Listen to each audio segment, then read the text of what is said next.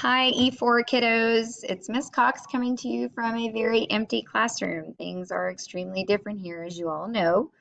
I certainly miss you guys, and I hope that you and your families are doing well. I want to let you know that starting on Monday, the 23rd, you guys will have assignments for our distance learning that we're doing together, and we're all learning this. So I appreciate your patience and the patience of your parents as we try to navigate through this together, okay? I have gone ahead and sent out invites to the Google Classroom that I've set up for one for third period and one for fourth period. So if you'll just accept that, I do already have some assignments up there.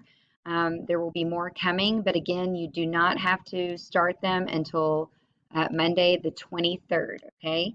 If you all have any questions or concerns, you can reach me through Remind, which I've also added that information for those of you who aren't already on the Remind. That's on your Google Classroom also.